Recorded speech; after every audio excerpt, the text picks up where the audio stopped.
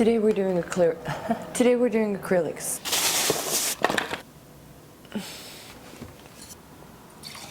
Please don't drip on the carpet. Okay. Okay, now it's time for me to be a crazy person and talk to myself while I'm doing all of this. Hi, it's V, and today I'm trying something different. So just about an hour ago, I came back home from work, and I was not supposed to finish that early today because my shifts are usually around 12 hours because I work at a bar. I'm at this stage of being a poor artist so far, and so obviously it's a very physically demanding job, and I tend to be very exhausted afterwards. And you know, when you work for 12 hours or 14 hours, you hit that stage of exhaustion where you kind of discover a whole new wave of energy. I usually would come home after long shifts and I would still have some sort of energy, and I would do something therapeutic to get my mind off of the physical exhaustion and kind of spend some time with myself.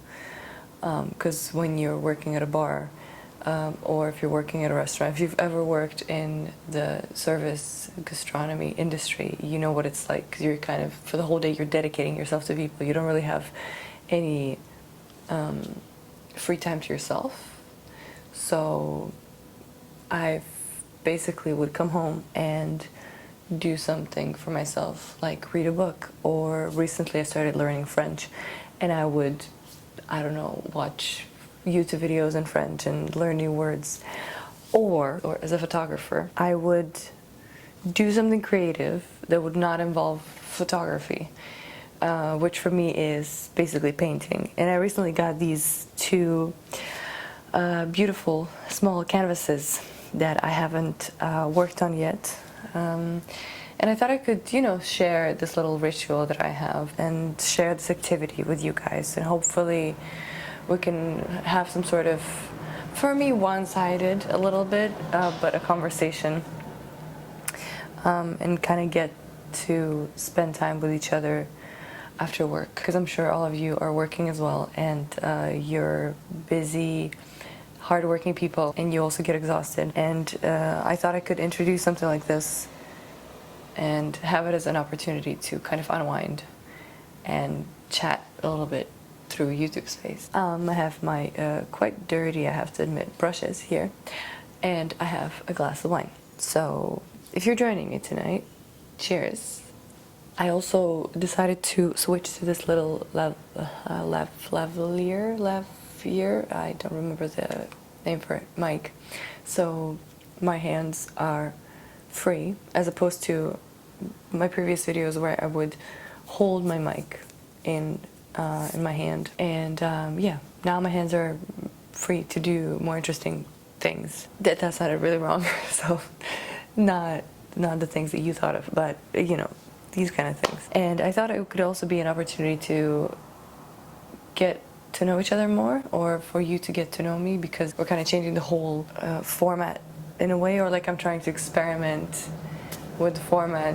Usually I would sit closer to the camera, you would see just my, you know, like 3/4 of my body, very like portrait mode. And now I'm here on the floor, full body frame happening, because I wanted to create kind of this, you know, something more intimate, and for you to see me from a different perspective. Let me know if you would enjoy a format like this that is definitely more freeform in a way, because with my previous videos I would just basically make sure that it looks very professional, you know, and you know, being a perfectionist, obviously I wanted the light to be perfect, I wanted the image to be perfect, I wanted the sound to be perfect, and I wanted to look perfect. And I thought I might as well experiment and make it more intimate. And whoops, that was a water bottle.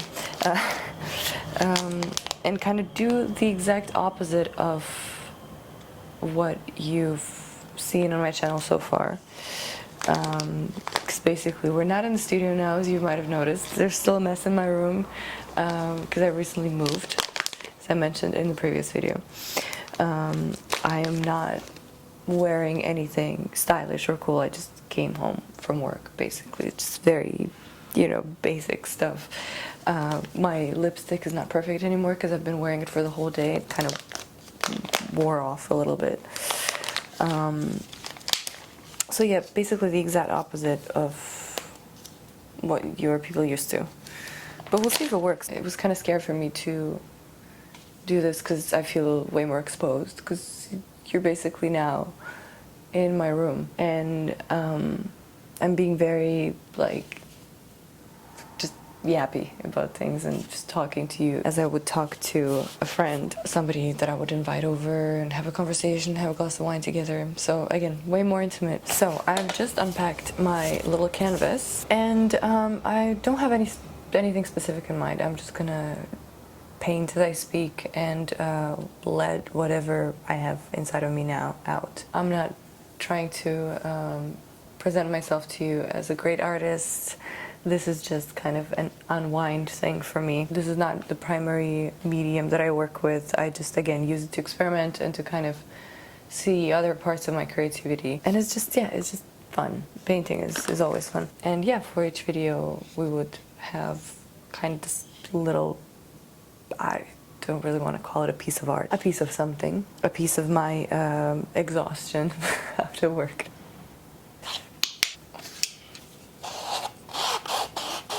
I feel like I'm being too modest with it.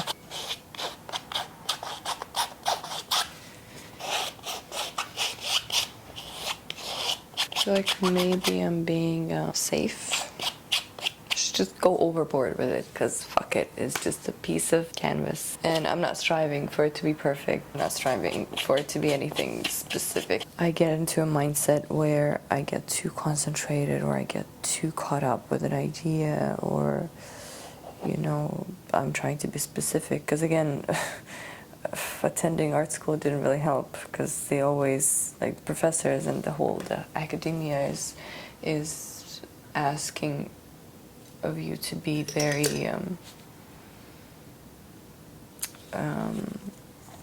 very specific, and you're always kind of expected to prove a point or make something innovative or talk about some serious topics, and you get very caught up in it. It makes you overthink a lot, because they make you do all sorts of research and really think your projects through, which is not a bad thing, obviously, because again, if you're working with a serious topic, I think research is very important when it comes to art.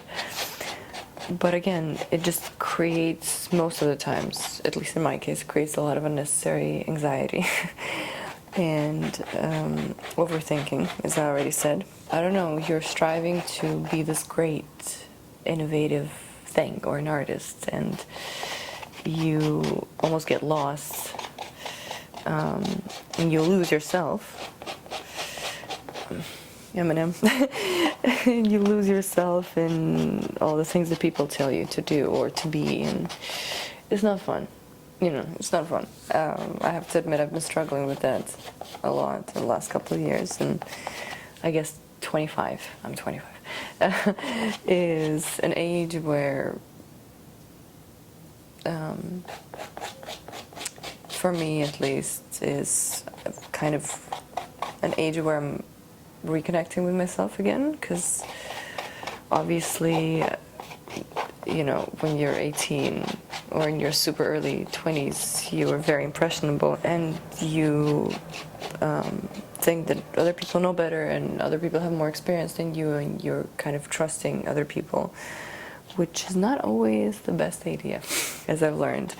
And now I'm kind of in a stage of just living through fuck it, and like fuck other people's opinion, and kind of letting go. And that's, let's say, this video thing or this YouTube thing is a part of it, because I always thought that, I should kind of maintain this certain image of this mysterious artist, and I thought that I should be that. Since I'm studying art on a university level and I'm being very serious about it, I should, pretend to be this big thing, and, basically being very pretentious, I guess. And again, as I started saying, the YouTube thing is a way for me to disprove it in a way, because it's something that I really enjoy, that doesn't really align with the whole mysterious artist persona that has been kind of, I would even not be afraid to say, imposed on me in the university, because everybody was so pretentious there. I mean, okay, not everybody, I'm generalizing, obviously, but that's the kind of attitude was very prominent. It still is with some people. But I actually kind of like it like this. Sorry, I just got distracted. I would actually leave it like this because it has some texture to it now. One very interesting thing that I found about YouTube so far, kind of works with any form of art in a way. It doesn't matter what kind of creative field they're in, whether they're a YouTuber, a photographer, a painter, a sculptor, a videographer, a director. It doesn't matter the kind of point they're trying to prove, or it doesn't matter which topic they choose that they work with. It always comes down to you, or like to the artist, you know, because the lens that the person is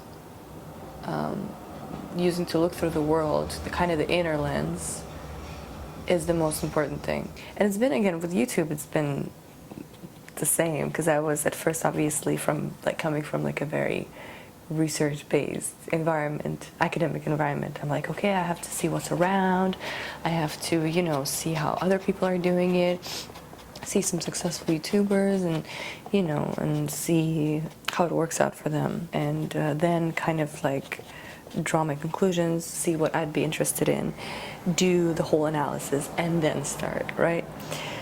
But then the more videos I watched, and I watched a lot of videos, and not even because I was trying to do the whole research thing, but I mean in general, I've been watching a lot of YouTube in my life.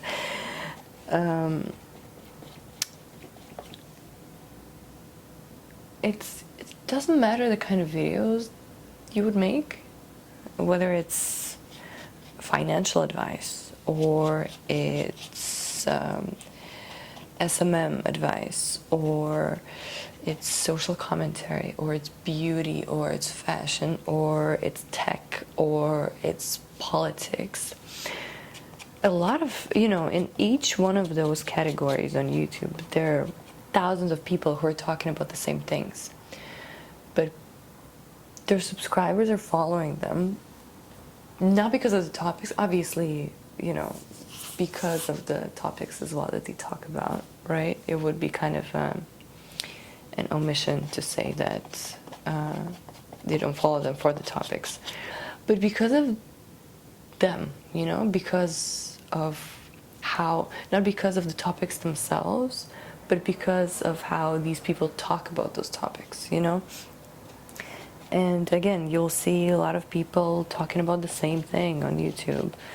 I mean, look at the amount of people who are talking about politics, beauty, or the amount of people who are doing social commentary. But then people subscribe to them not because of the topic, but because of the YouTuber, this unique kind of take that they bring to the whole discussion. And that got me thinking that, it doesn't really matter what I talk about then, because the topics that I discuss, some of them are going to be relevant anyway to a certain group of people, but then I also get to kind of bring my perspective on it. So I stopped thinking so hard about the specificities and analyzing all the tiniest, smallest details and scripting my videos. And I've tried that. Believe me, scripting is definitely not for me.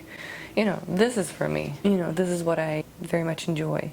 This is, it might sound stupid. It's not really about analyzing the thing, right? But it's just this is the kind of conversation that I'm having with you now in a visual form. I feel I just picked up random colors and started working them into the canvas. That's it. It doesn't need a further explanation, doesn't need further analyzing. It's just what it is. And I don't need reasoning, or I don't have, I'm not trying to prove to myself whether what I'm doing is right or wrong. it's mostly just about, like, yeah, fuck it, I'll just do it because I like it. It motivates me to do it, you know? I want to take action towards it as opposed to doing something that I think other people would like. I wish I could put on some music, because then it could be like a proper hangout, obviously.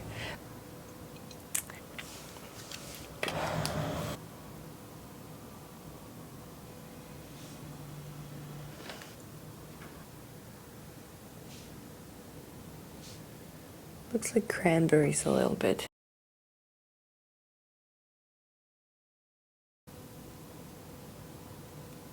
I feel like I'm always playing it safe with bass, even though I love it.